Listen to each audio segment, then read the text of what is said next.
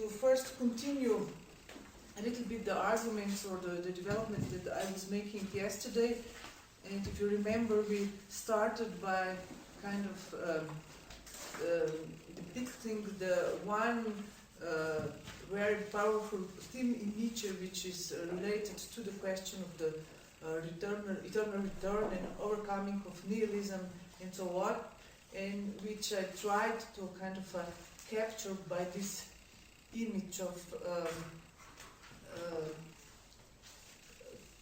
everything that one would need to accept in advance somehow if the affirmation is to be fully operative, really redemptive, really positive, and really selective precisely of all the what he calls reactionary forces, his bad type of negation and so on. And I ended by a passus from Gay Science, which kind of introduces us to a slightly different logic, which does not follow exactly the same pattern. And I will start with simply by rereading this passage and then kind of deploying it, commenting on it, and then we'll go from there on. So here's this passage again. At the bottom, I abhor all these moralities which say, do not do this, renounce, overcome yourself. But I'm well disposed toward those moralities which go untried, and I'm emphasizing this German word because, of course, it's the same word, antreiben, as Freudian trip, the drive. And by the way, I think I forgot to mention this. If you read some of these texts, some of English translations of the trip are instinct, which is now dismissed as the wrong translation, but so just that you don't get confused if I say drive, I refer to what in standard edition even of Freud is still translated as instinct. So these moralities which go untreiben me to do something and to do it again from morning till evening, and then to dream of it at night and to think of nothing except doing this well as I alone can do it. When one lives like this, like that, one thing after another that simply does not belong to such life drops off. Without hatred or aversion, one sees this take its leave today and that tomorrow. He may not even notice that it takes leave, for his eye is riveted to his goal, forward, not sideward, backward, downward. What we do should determine what we forego. By doing, we forego. This is how I like it, this is my platitude. But I do not wish to strive with open eyes for my impoverishment. I do not like negative virtues whose very essence is to negate and deny oneself something. So I ended by this yesterday to kind of propose precisely this dual logic, striving with open eyes for one's impoverishment and have the courage of doing this, and this kind of slightly different logic which I think induces us or introduces us also in a very different temporal logic, namely if there is this temporal logic that we've been discussing over these past 2 days and which kind of induces kind of a future moment when this something will happen. We discussed this in relationship to the ideal at the end of the question of Renine, whether this ideal is something towards which we strike, and then negativity is simply the distance that separates us from the full realization of this ideal and so on. So there is this perspective which to a certain extent corresponds precisely to this Nietzschean idea that of this full affirmation of everything at one point. Whereas I would suggest that something is discernible in this passage that I just read, which kind of, for me, rings more like something like this. When you say yes to something, some particular partial thing, you've already said yes to everything related to it. Although this yes did not take place in this kind of a phantasmatic scenario moment where you actually, in kind of a full awareness of all this, Dionysically affirm cost what it may. So it's, I think, the structure that we could perhaps get out of this is precisely something like you say yes to a partial thing, and by this yes, you said somehow yes to all the rest, and negativity then comes in only in the second stage as a kind of, I would say, this is what I think relates it to the psychoanalytic idea of the drive. It's a kind of precisely repetition of this impossible yes that never, the gap of this impossible yes that never took place or form of a representation. This is all that I want also with. And there is a kind of this circulation, repetition, which actually is affirmative, but at the same time negative in the sense that it has this kind of circling around the very gap in this positivity, so to say, as it's at its center. This would be very briefly put something towards which I would like to push this other logic, and I am really kind of constructing or developing this as now I go along. Here I'm not saying that I will continue to work with this after this class here. I mean, it's something that I definitely would like to bring even further than I will be able to do here today. So, as I say, my idea is just to once more the comparison with the other logic. So, if this first configuration is clearly preconditioned, as Deleuze himself pointed out, on making the willing something whole, and then on this kind of unhuman effort to affirm or all at once by this very gesture, this actually effectuates a selection, positive selection of the will that is not capable of doing is, that is of will precisely which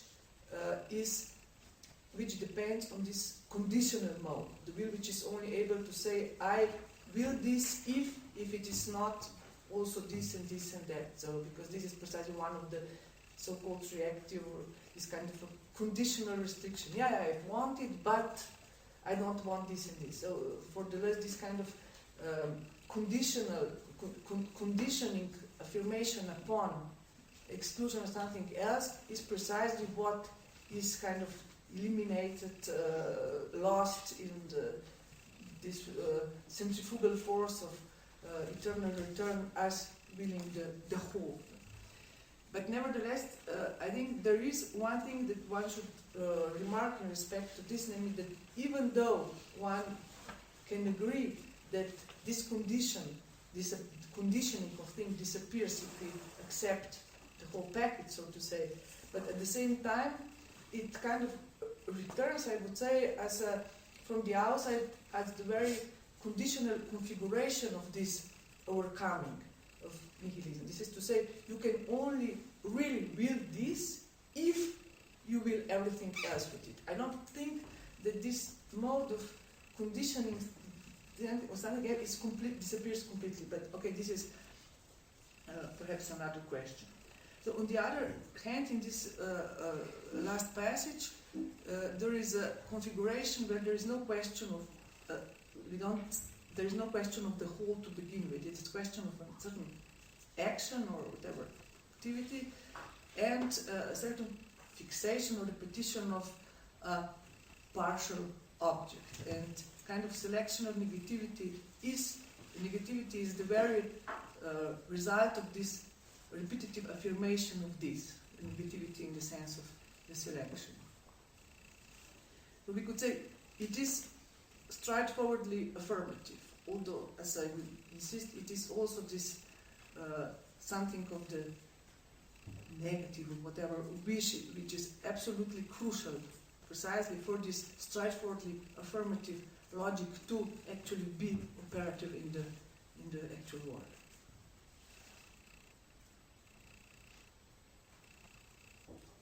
And it is precisely to the extent to which it is partial in the sense of fixating on this what I really want, or am impelled to do, because it's even more like I'm impelled. Nietzsche even speaks of morality that impel me, but this could also be a kind of we could also see it in the terms of a drive, being impelled to do something. So it is, to the extent to which it is partial, that it is kind of this straightforwardly affirmative. And it is important to understand this partiality not as something in the sense of something being, some piece being a part of a larger whole and just wanting this part, but precisely in this much stronger sense that the term partial was developed through psychoanalytic notion of the partial drive, which is to say not the part of a total object, but something which is partial to begin with and to stay. It's this kind of variation of the drive that I was depicting, I think, in the third day of our class. So it's not a fragment of some totality, but it is kind of constitutively and originally partial. It is the original partiality. It's not something that results from breaking down some kind of organic totality thing. Something that adds to it. So I would just like to kind of connect what Nietzsche is describing in this passage to what is conceptualized in psychoanalysis as the concept of the drive, as constitutively partial precisely, and particularly with the concept of the this famous, unfamous dead drive, this Todestrieb, as paradigmatic. And I will now a little bit, and I will first try to make this distinction between the logic of desire, which I think remains somehow the logic of this first configuration. What makes it different from the logic of the drive? I will try to illustrate this by simply kind of drawing on an illustration of this difference that I used some time ago via two literary figures. I think this can help us to concretize things a little bit. One of which, precisely, we discussed yesterday, the figure of Valmont, and the other one which I think could be taken as a figure, really literally as a figure, a conceptual person of the drive, is perhaps Don Juan, Molière's Don Juan. If Valmont represents a figure of desire, for instance, so far as desire maintains itself, of course, this is the kind of a basic lesson, by not being satisfied. It needs this kind of distance towards itself, towards the satisfaction, in order to be operative. So, and actually, when Valmont sleeps with women, it is precisely in order to purify his desire. This is to say, he says, for example, it has become necessary for me to have this woman, he writes, so as to save me from the ridicule of being in love with her. So, as if not reintroducing this gap would then produce precisely this kind of, supposedly for him, illusional aspect, this ridicule of being in love, and it is precisely to find again the gap that separates the desire from an object which pretends to satisfy. And then, of course, all these strategies Victoria that I mentioned yesterday are clearly the strategies of satisfaction, postponing satisfaction, they follow dialectics of desire. But Don Juan, on the other hand, if you think a little bit of how this figure really works, is that he finds the gap that constitutes the drive of his actions precisely in satisfaction itself. It is not a case of the metonymy of desire, of the eternal elusiveness of the true object of desire, which precisely to which one keeps true by kind of betraying each, or dispatching each concrete particular object. He's not looking for the right woman, so to say. His constant moving on to another woman is not motivated by disappointment or lack, by what he did not find in the previous woman. On the contrary, for Don Juan, each and every woman is the right one. It's more this kind of logic. And what drives him further is not what he did not find in his previous lover, but precisely what he did find, the repetition of this. So we could say that in this sense he attains satisfaction without attaining his aim, which is the Lacanian definition of the drive. Or more exactly, he attains satisfaction precisely insofar as his aim is nothing but getting back into circulation. There's no other goal. So we could say, however much he stuffs himself, he cannot fill up precisely this gap that constitutes the drives of his actions, while Moon is this kind of ascetic, taking care of precisely not stuff oneself and thus extinguish the desire. And in this way, I think he reminds us that appetite does not refer precisely to the object one wants to eat, but to the satisfaction or the urge to eat itself as a possible object. And perhaps to paraphrase, this expression, his eyes are bigger than his stomach, we might say that Valmont takes care to always keep a hole in his stomach so as to keep open the eyes of his desire. He maintains the gap between desire and its pathological objects by declaring this object not completely satisfactory. Whereas Don Juan maintains this same gap precisely by declaring this object very satisfying, but not all. But this is precisely where the serial moment, the repetition comes in.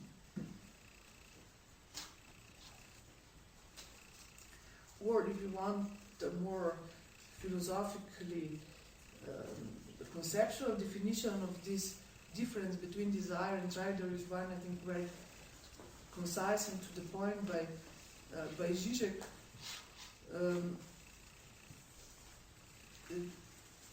Although circulating around a hollowness, a void, a nihil, drive is not propelled by this nihil. It is propelled by precisely the positive satisfaction of circumventing it. And so as then Žižek formulates this difference, he says, the real resides the difference between desire and drive. Desire is grounded in its constitutive lack, while drive circulates around the whole gap in the order of being.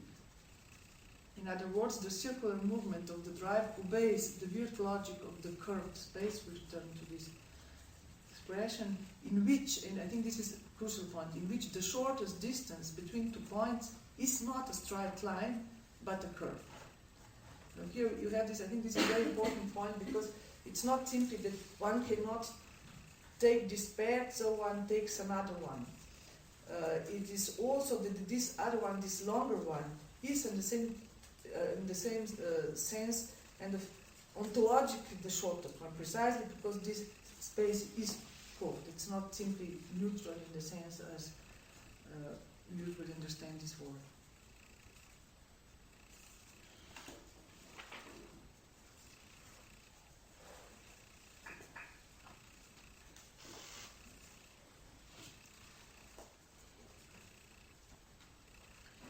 And I think, considering this, it's probably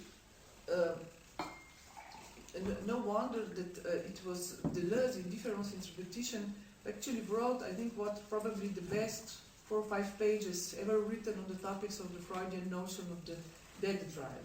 Because you can see this logic of repetition, which comes very close to his idea of it.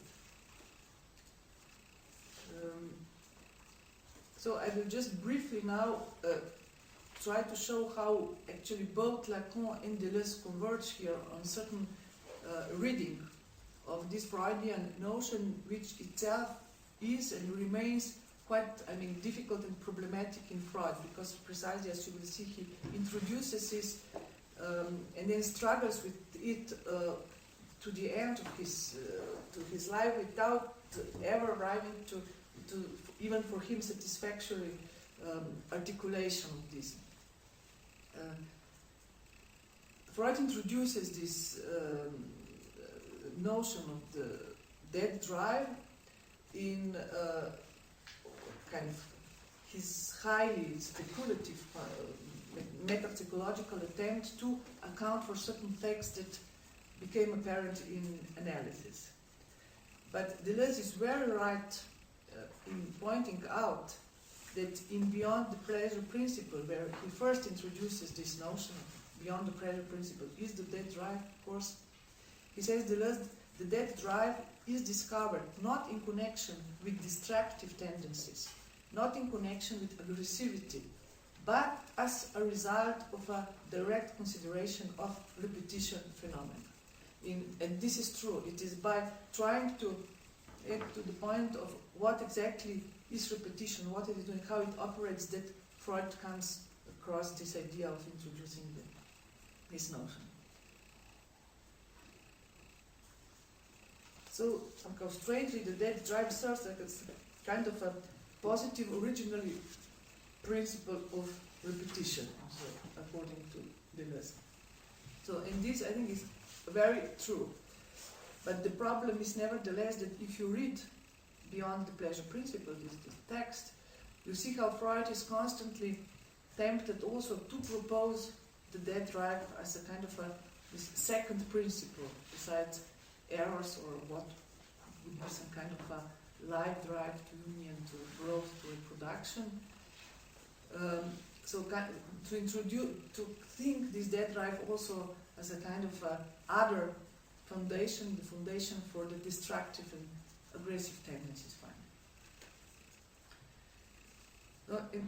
As a matter of fact, there are two main things which I think are most problematic in the way Freud tries to kind of conceptualize and reconceptualize the dead drive, and both of which are kind of dropped off from the most interesting and conceptually powerful repetitions or appropriations of this notion, be it in psychoanalysis, not only by Lacan, but Laplanche, for instance, has a very similar take on this, or outside it, like in the case of Deleuze. So the first problematic thing is this mentioned duality of the drive, this eros thanatos opposition, even to a certain extent complementarity, this kind of reminder even of these old ontologies that we were also speaking about. So one principle which would tend to unite and to promote life, and another which would tend to separate, to destroy, and to promote death.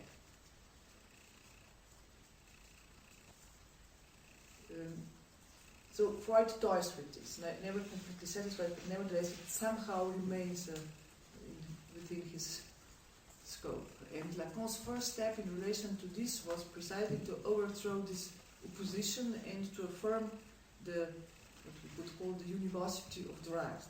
All drives, including and starting with sexual drives, which kind of can induce reproduction in life, but nevertheless all drives follow precisely this paradigm discovered by Freud as that of beyond the pleasure principle of dead drive, this kind of very deviation from a simple non-problematic functioning of things. And repetition is the driving force which actually only wants itself and circulates around this kind of a whole gap in order of being. Not that it will come to that through different ways, but it's not at all that drive, it's not a drive that wants death, it's not at all this kind of logic. And this is, we will see how he kind of displaces Freud's argument in a very interesting way.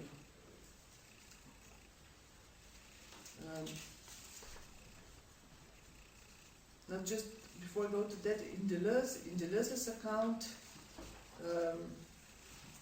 which might strike us really as quite stunning, coming from the notorious life-promoting Nietzsche, so to say. Deleuze's account, in difference in repetition, says that that drive is the transcendental principle, whereas the pleasure principle is only psychological.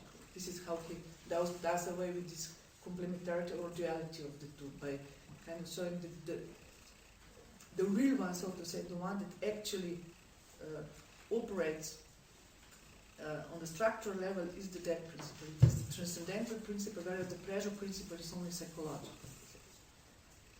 And then another quote from Deleuze.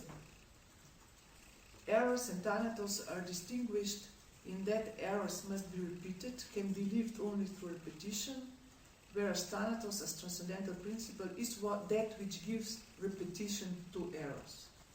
So there is this kind of intermingling of the two, with the thanatos being precisely the gap that gives to errors its repetition.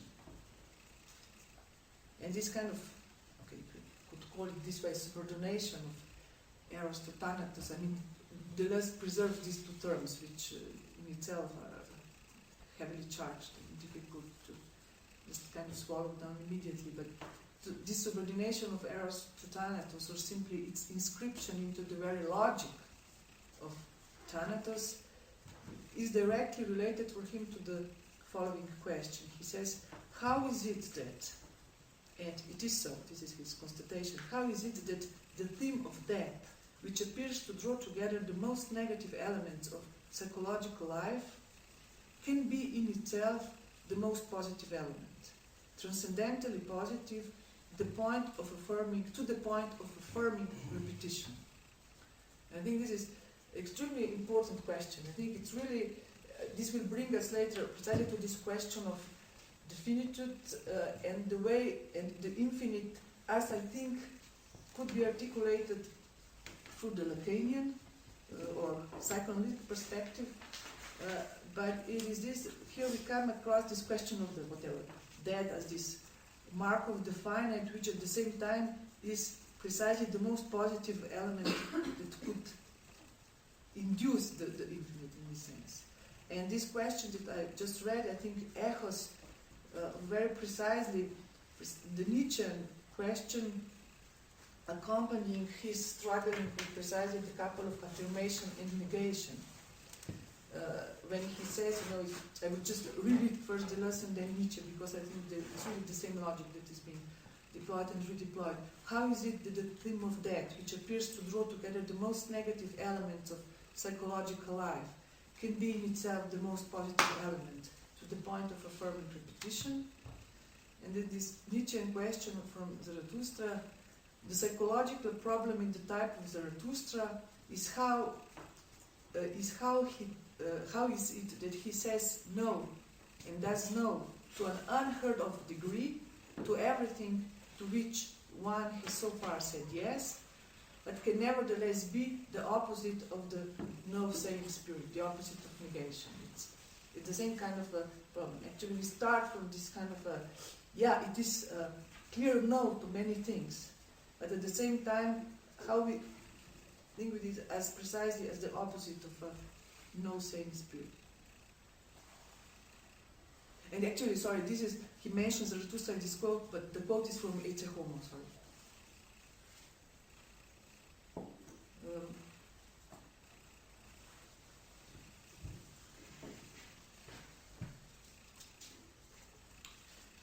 So I think also here Deleuze himself, because one answer of Deleuze to this Nietzschean question is precisely this theory of kind of the double affirmation. As answer, the affirmation needs to be affirmed. The thing needs to be affirmed twice. In this way, we kind of get rid of this negative aspect of the no itself. But I think here we get a kind of paradoxical glimpse of how this double affirmation, or affirmation as difference that makes a difference precisely, because this is what needs to happen, is in fact one with the dead drive, according to Deleuze himself, or repetition, one with repetition as transcendental principle. The only way to think difference as something positive, to think the repetition as something not prepared by failure or lack, precisely, but by a gain. Because again, this is the logic, is the repetition, and this is clearly also, this is his reading of Freud, and he's again very right here. Repetition precisely is not something that thing is not repeated because something failed simply, and there is another logic, something that is actually produced by this repetition itself, and it is this production of this that is here the aim of repetition, the want to get to it again and again and again. So this duality of the drive, this is just a little bit to sketch up this Freudian landscape. Duality of the drives is one problematic aspect of that remains in his account, and the other is another notion which actually combines two ideas, namely that drive can serve as a basis of the explanation of destructive tendencies, because it is itself nothing else but the tendency to return to the inanimate, to reattain the supposedly zero level of tension. There was even this term nirvana principle, which was kind of used in Freud's time to articulate that. So it's a kind of a strange will to return to the inorganic, to the inanimate matter.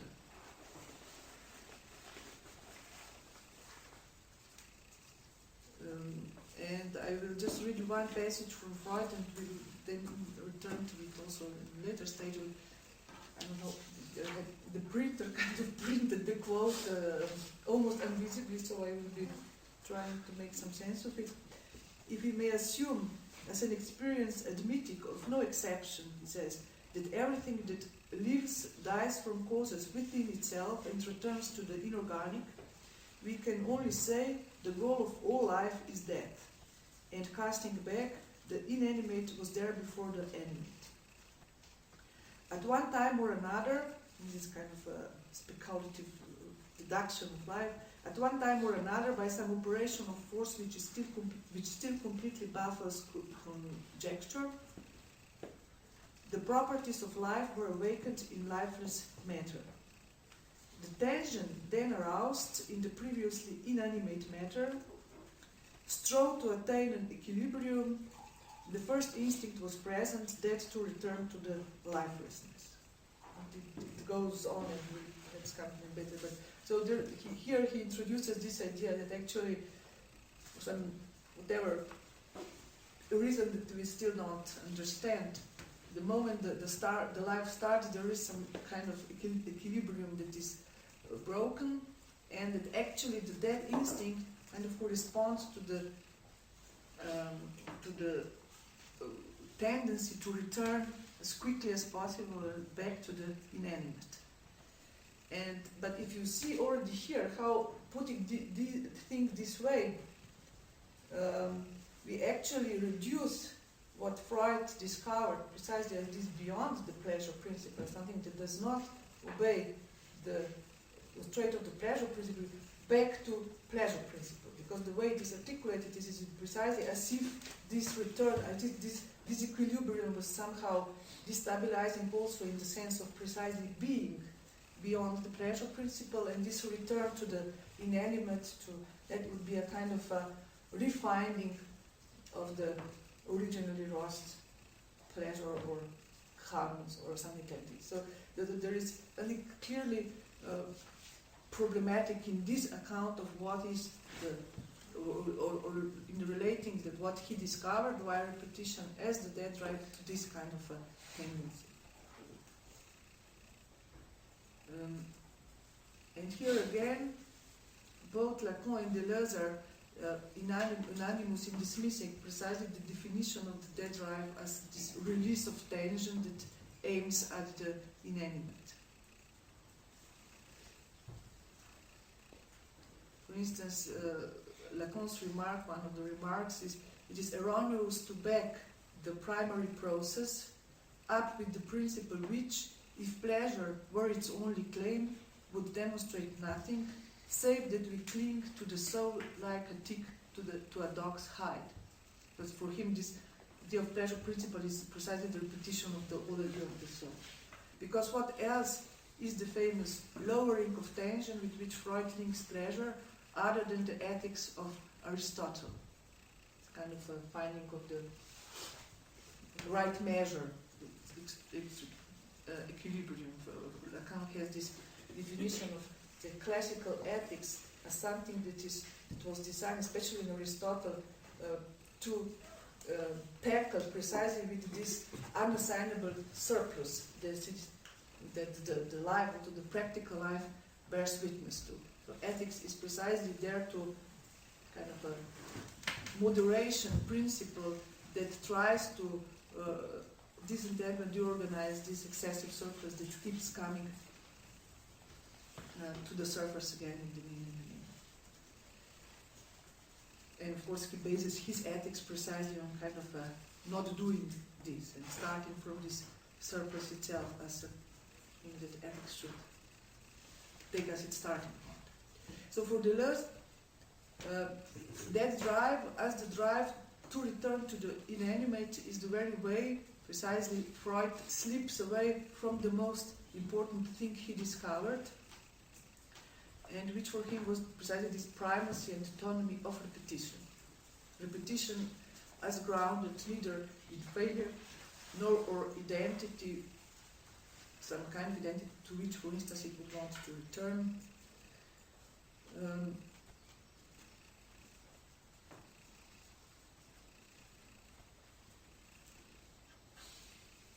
And so there are as if there were actually two Freuds in this struggle of Freud himself with his notions. This is, on the one hand, the Freud according to whom this primary process, as he calls it, is precisely backed up by the pleasure principle, a search of equilibrium in lowering of tensions. Freud according to whom we repeat because we repress, and then we can only live this by repeating it. Freud from whom forms of repetition are only secondary compromises between the opposite forces, for instance, of the ego and the id. And this would also be Freud who needs no hypothesis of primary repression. And then there is another Freud, a much more interesting Freud, whose portrait precisely Deleuze sketches in his reading of the repetition or this dead drive. And this is the Freud who was never satisfied with the negative schema that we repeat because we repress. This is the Freud who discovered the dead drive precisely as positive, original principle of repetition as something that precedes repression. And I will simply read you a passage from Deleuze. I think it's very clear in itself, so what he means by this, or Freud that he bets on. Then, under what form is repetition affirmed and prescribed by the dead instinct, he asks. Ultimately, it is a question of the relation between repetition and its disguises. Do the disguises found in the work of dreams or symptoms, this is condensation, displacement, dramatization, do these disguises found in the work of dreams and symptoms rediscover while attenuating a bare brute repetition? Do they simply discover this brute repetition of the same? From the first theory of repression, Freud indicated another thing. Dora, one of Freud's most famous patients, Dora elaborates her own role and repeats her love for her father only through other roles filled by others, which she herself adopts in relation to those others. All these figures, if you know the case, Mr. K, Frau K, the governess, and so on. So the disguises and the variations, the masks or customs, do not come over and above something, some kind of a real. They are, on the contrary, the internal generic elements of repetition itself. This is precisely the only way how what is repeated exists. It's integral and constitutive part. However, he goes on, Freud was unable to prevent himself maintaining the model also of a brute repetition, at least as tendency. We see this when he attributes fixation to the id. Disguise is then understood from the perspective of a simple opposition of forces. Disguised repetition is only the fruit of a secondary compromise between the opposed forces of the ego and the id. Even beyond the pleasure principle, the form of bare, beyond the pleasure principle, the form of a bare repetition persists, since Freud interprets the death instinct as a tendency to return to the state of inanimate matter, one which upholds the model of a wholly physical or material repetition. Here, it kind of dismisses again, comes back to these two basic points. What is the real repetition, this kind of inaugural affirmative force of it, and the fact that this idea of the return to the animate is actually kind of not so very productive. The moment when kind of Freud gives up on something that he himself discovered and would lead him a little further. So in opposition to this, precisely this last Freudian slip, so to say, of reducing this to this tendency to the inanimate, in accordance with the best of Freud, I think repetition must be understood as that which, also, let's put it this way, which what disguises itself in constituting itself. That which constitutes itself only by disguising itself. It is not underneath the masks, but is formed from one mask to another. As though from one distinctive point to another, from one privileged instant also to another, with and between the variations. So the masks, he says, do not hide anything except other masks. There is no first term the first term which is repeated. There is nothing to repeat which may be isolated simply or abstracted. This is not to say that you are just dealing with whatever masks and appearances. There is clearly a certain firm logic in this. But the point is that it is precisely this logic, this internal logic, that is it's real and not simply some kind of a hard kernel of the real which is hidden behind the masks. And we cannot simply take this real that it is repeated in this way from the way in which it is repeated. So the same thing is both disguising and disguised. I could also put it this way. It all exists on these two levels at the same time.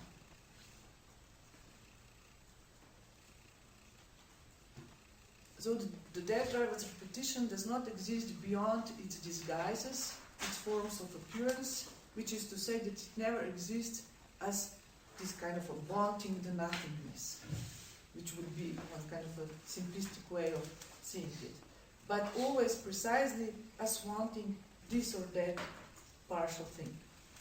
And this kind of brings us back to Nietzsche, to this quote from which we started.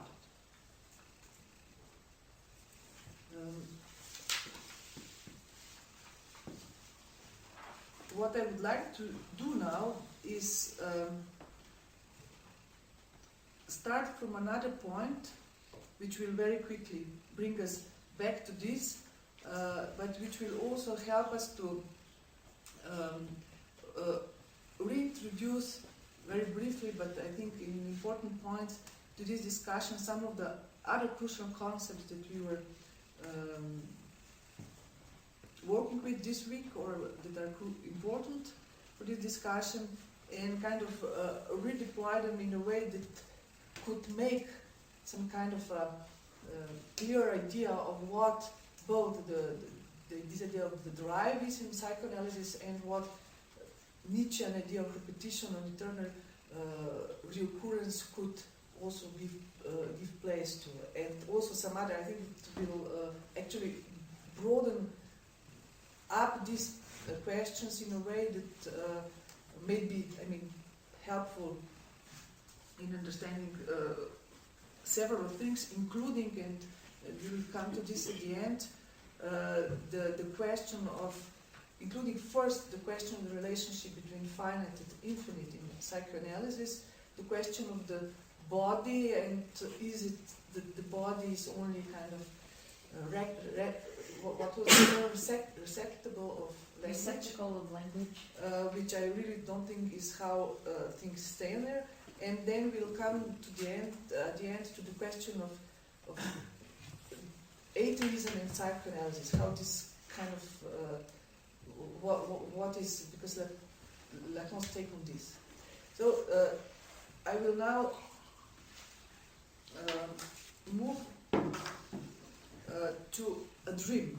It's an extremely fascinating dream that Freud's account at some point of his in his interpretation of dreams, and it's you probably know it's very famous under the title "Father, don't you see I'm burning?" in the way one usually refers to this dream. It has a clear connection to the theme of the double that which I started here this week,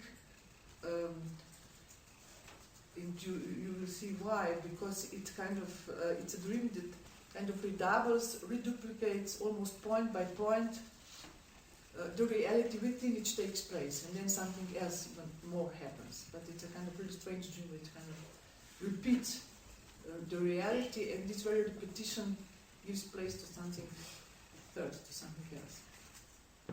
But I want to comment on this dream, what it means to this person or whatever. I will more comment on the status of it within precisely the psychoanalytic theory.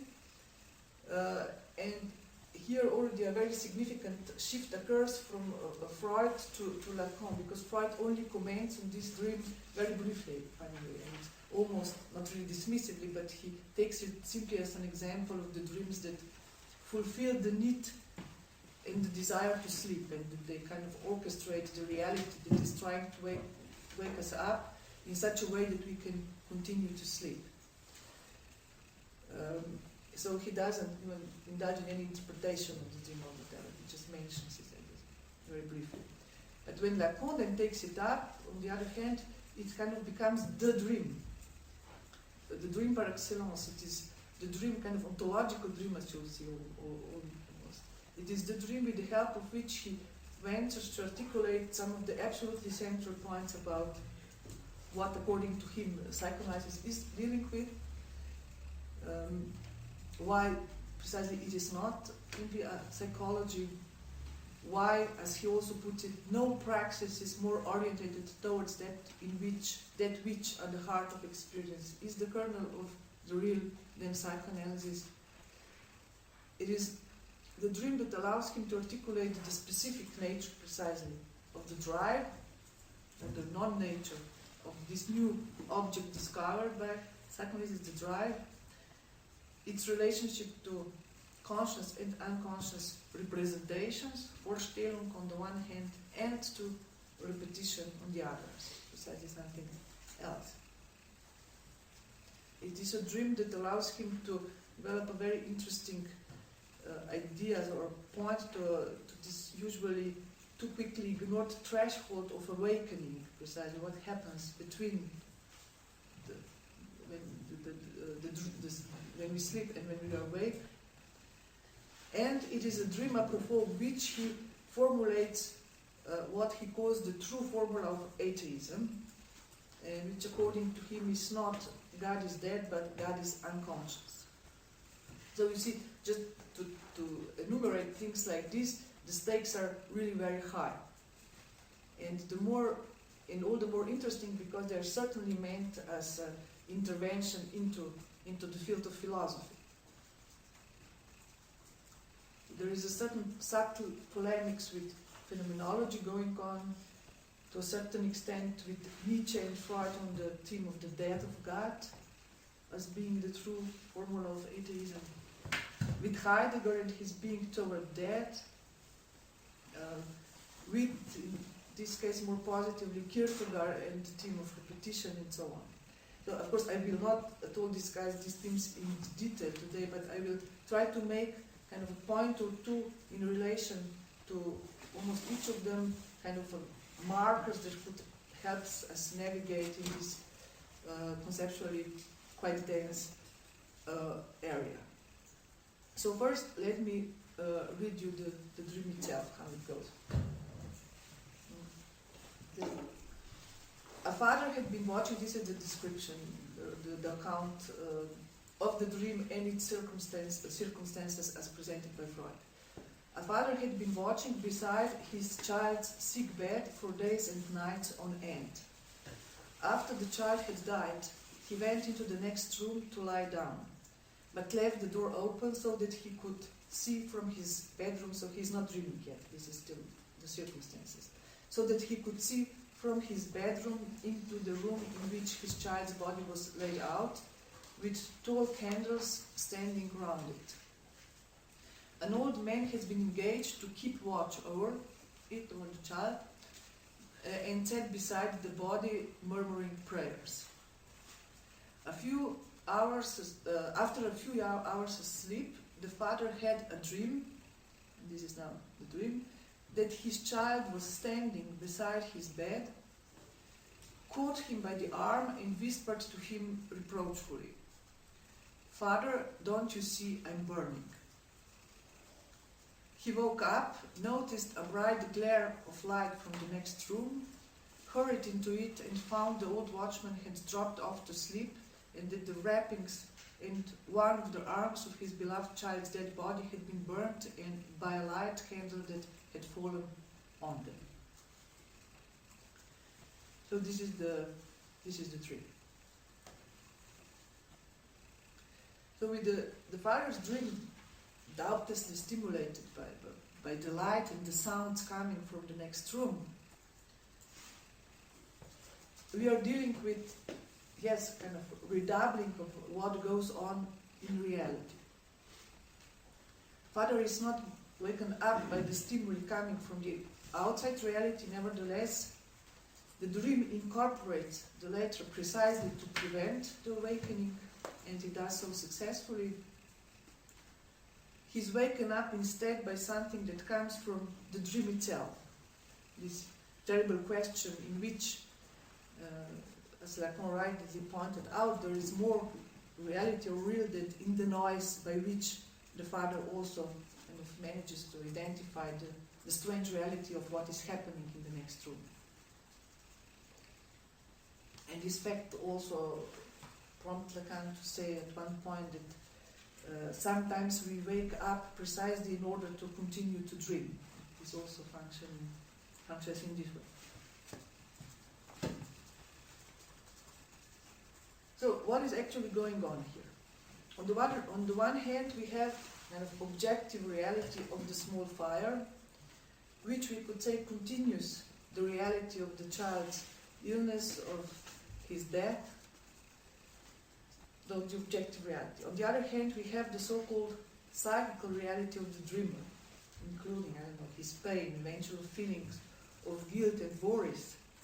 Freud tells us in his brief comment, that it is possible the father had felt some concern when he went to sleep as to whether the old man might not be incompetent to carry out his task, the old man that was asked to watch over the dead bed. So we have in this other psychological side the desire to sleep, and of course we have the dream, which comes then uncannily close to reality, to this other side, to the point of almost coinciding or overlapping with it. But it is not this direct overlapping which wakes up the dreamer, it is this piercing third reality, if I use again this term, so to say, belonging precisely to neither of the two mentioned and made possible by their coincidence. in their coincidence, emerging at the very point of their coincidence. It is this dead child appearing near his bed, taking him by the arm and whispering to him reproachfully, "Father, don't you see I'm burning?" As for this sentence, as such, of course it could belong to both worlds, or to this objective reality and to the psychological reality.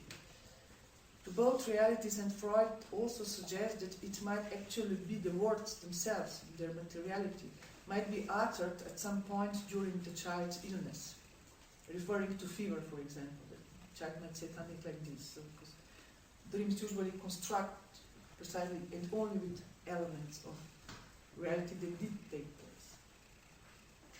So this sentence could belong to both worlds, but the moment it is uttered, or rather heard, it is robbed precisely of all ambiguity or double meaning. Here we come a little bit to what I was talking about in the first day. It is neither an empirical nor psychological description of the real. Rather, it is as if somehow the real itself is speaking. It comes from a kind of impossible point of enunciation, from a reality that is by definition missed, by definition never part of our reality, at least in the way in which we can reconstruct, represent it. That is the reality which can never logically take place, so to say, yet it constitutes precisely, says Lacan, the real that governs our activities more than any other. This And what I will do now is I will read you a little bit longer passage, or rather 3 passages from Lacan's comment on this dream, and then for the rest of the time today I will try to kind of lead you through this text and point to make some comments that I think are important to make. But I will first simply read it because it's, if you have this dream in your head, it's also quite, easy to just follow this commentary that he makes. So as he makes it. So, is it not the dream essentially, one might say, an act of homage to the missed reality? The reality that can no longer produce itself except by repeating itself endlessly in some never-attained awakening. What encounter can there be henceforth with that forever inert being? Even now being devoured by the flames, if not the encounter that occurs precisely at the moment when, by accident, as if by chance, the flames come to meet him. So here you have this moment of as if by chance. Where is it the reality in this accident, if not that it repeats something actually more fatal by means of reality? A reality in which the person who was supposed to be watching over the body still remains asleep, even when the father re-emerges after having woken up. Thus the encounter forever missed has occurred between dream and awakening, between the person who is still asleep and whose dream we will not know, and the person who has dreamt merely in order not to wake up. If Freud, amazed, sees in this confirmation of his theory of desire, it is certainly a sign that the dream is not a fantasy fulfilling a wish. For it is not that in the dream he persuades himself that the son is still alive, but the terrible vision of the dead son taking the father by the arm designates a beyond that makes itself heard in the dream. Desire manifests itself in the dream by the loss expressed in an image at the most cruel point of the object. It is only in the dream that this truly unique encounter can occur. Only a right, an endlessly repeated act, can commemorate this not very memorable encounter, for no one can say what the death of a child is except the father qua father, that is to say, no conscious being. For the true formula of atheism is not God is dead, even by basing the origin of the function of the father upon his murder, Freud protects the father. The true formula of atheism is God is unconscious. And a little bit later, he continues, the place of the real, which stretches from the trauma to fantasy, insofar as the fantasy is never anything more than the screen that conceals something quite primary, something determinant in the function of repetition, this is what we must now examine. This indeed is what for us explains both the ambiguity of the function of awakening and of the function of the real in this awakening. The real may be represented by the accident, the noise, the small element of reality, which is evidence that we are not dreaming. But on the other hand, this reality is not so small, for what wakes us in the other reality hidden behind the lack of that which takes the place of representation, this, says Freud, is the trip, the drive. How can we fail, and we finish by this last paragraph, how can we fail to see that awakening works in two directions, and that the awakening that resituates us in a constituted and represented reality carries out two tasks. The real has to be sought beyond the dream, in what the dream has enveloped, hidden from us, behind the lack of representation of which there is only one representative, and I will explain these terms later. This is the real that governs our activities more than any other, and it is psychoanalysis that designates it for us. So, you see, I simply prefer to just give you this in one swing and then come to particular points from now on. So first, about this missed reality. What is this encounter that is by definition missed, but nevertheless governs our life? And which Lacan at one point emphasizes either as the encounter between precisely the dream and the awakening, and which is one way of putting it. And the other, of course, we could also say it is the encounter, implies none less, but the encounter between life and death. And I think this is precisely one thread that following which one can show, for example, an important difference between Heidegger and Lacan. For it seems first that they both share the point, and to a certain extent they do, according to which this encounter between life and death is by definition missed. And that even though it is constitutive, and at the same time determinant of our lives. You know, I'm not sure how familiar you are with Heidegger, but according to him, that is not something we can experience or live through, so there is really nothing at all to say about death itself. And in this sense, that is not, it does not exist for an individual to experience. On the other hand, and if I simplify a little bit, death in the sense of the termination of all possible experiences is determined in its inevitability, the attitude, or how we live this fact. So this is how, what he understands, Heidegger, like his famous being toward death. And authentic being toward death is kind of involved this indeterminate nature of one's own inevitable death. One never knows when or how it is going to come. But this indeterminacy does not put death in some distance, yet to come moment, but kind of this authentic being toward death understands one's individual death as always already part of oneself. So the being toward death is a way of being.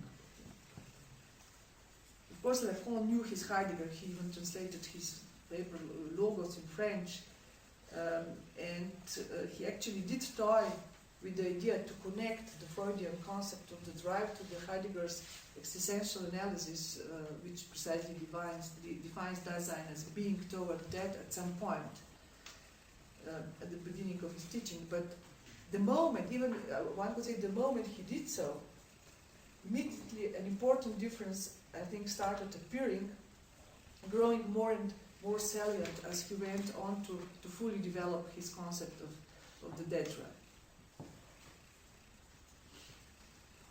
I mean, the way things look like in the time of the seminar 11, this is the four fundamental concepts from which I was reading the quote, when he comments on this dream, is the following. The encounter, I think this would be really my reading of this, the encounter between life and death, although constitutively missed and repeated as such, the subject is real. It is taking place in repetition. It has no Vorstellung. It is taking place in repetition, and its psychoanalytic name and concept is precisely the drive. The drive, as its most fundamental, is the impossible joint articulation of the life and death. And we could say even, contrary to Heidegger, this joint articulation is something that we actually experience all the time. We experience it precisely as this kind of an undead pressure of life itself. It's the life, more than life precisely. The life that would not die to some extent. So that is not the limit of experience here, it's absolute impossibility, but the constitutive part of it.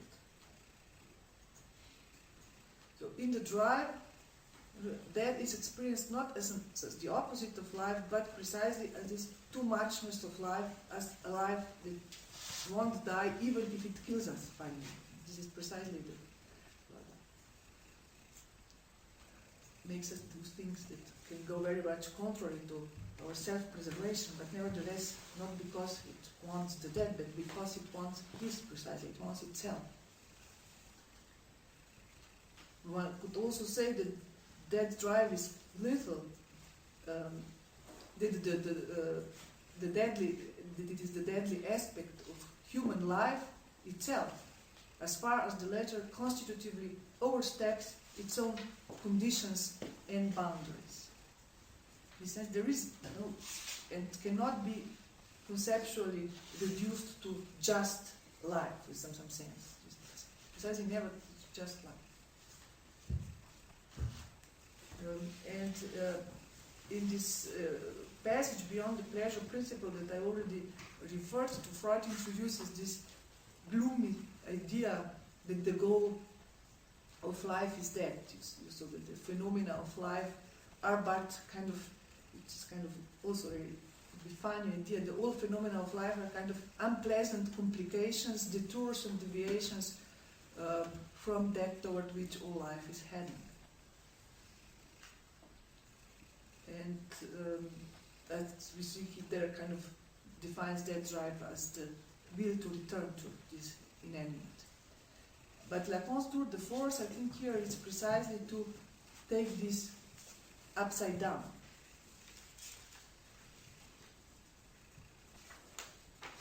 Maybe we could say that his take on it is that, okay, perhaps Freud's description is correct of how kind of this deviation takes place, but he situated the dead drive on the wrong side. With the dead drive, it's not that what from within the detours, deviations from the dead, the inanimate, which constitute life phenomena, represents the tendency to return to the inanimate, to death, but is precisely the detour of death from death, which is perhaps why the term undead is indeed most appropriate here. It is the detour from death, not simply kind of a passage from death to life, but detour from death to death. And in this respect, I just remembered a quote from Nietzsche, which is actually which makes stunningly the same point. It's from Gay Science, and he says, "Let us guard against saying that death is the opposite of life. The living creature is simply a kind of a dead creature, and a very rare kind." But as you see, it's not the kind of morbid fascination with death which is at stake there. It's all the opposite, but it's another way of precisely enjoying it. So,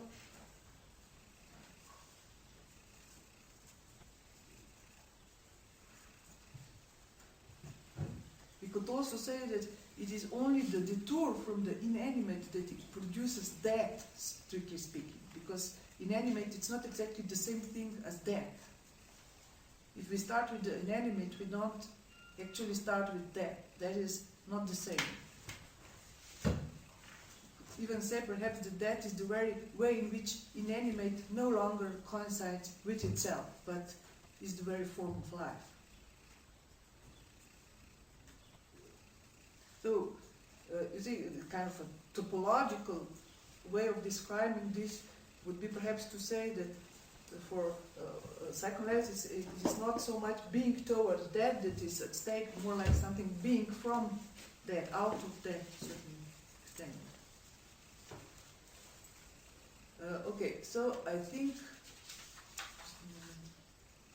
so just to conclude this argument, I think what Lacan does, he really turns this Freudian